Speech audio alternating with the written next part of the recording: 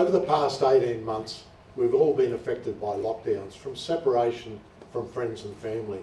But this has been exacerbated for the elderly. We see that the core dilemma is getting the balance between safety and security and connections to make a meaningful life with friends, family and the wider community. Our proposal is for safe interaction, not isolation. We see in our thinking that we need a shift from the silos of retirement and residential care to a more connected and meaningful community. And we started that thinking by looking at what home is. It's personal, it's connected with family, but it's also control over who comes to visit us, when and where. We looked at what that meant to live well as we age, and we thought of it as living in a situation where we could connect easily with small known groups, activities and experiences that enhanced our life.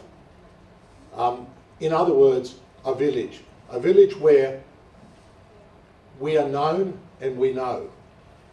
And from that village, it provides the interface with the wider community. So we looked at the concept of thresholds, the interface between our private space, our semi-personal space, or in other words, the village that we know, and the wider community.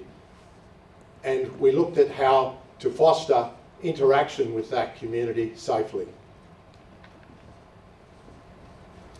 So how do we do this in everyday life? Is it through a threshold space that allows people to interact on their own comfort level? So we looked at the familiar house and street typology and its component parts of home, the front door, and private threshold space transitioning outwards.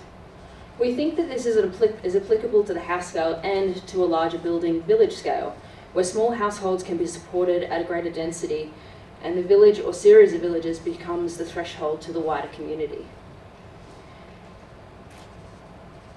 We were given the Pendle Hills site as a proving ground for our ideas. This is a culturally diverse area.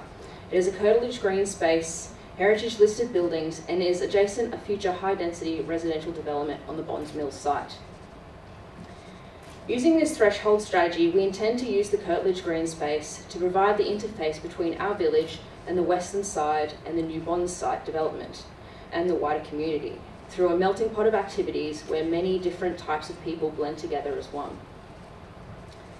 So we intended to internally face the active spaces. The village square and promenade through the centre of the site, and the village square is essentially the interface between the building, between the home and the community and other activities.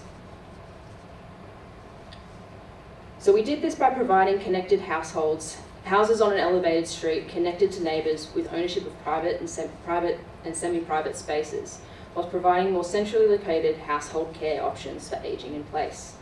Providing multi-generational housing to include rather than exclude the wider community. To provide apartments with fingers of green threshold spaces between buildings to create ownership of spaces within the village. Repurposing existing buildings for community use, such as Ashwood House and the Multicultural Centre, Dunmore House as an artisans precinct, and developing new public spaces for the wider village to use, such as the amphitheatre and walking paths, community gardens and kids' water play. This will enable safe interaction, not isolation, so we can live a meaningful and connected community.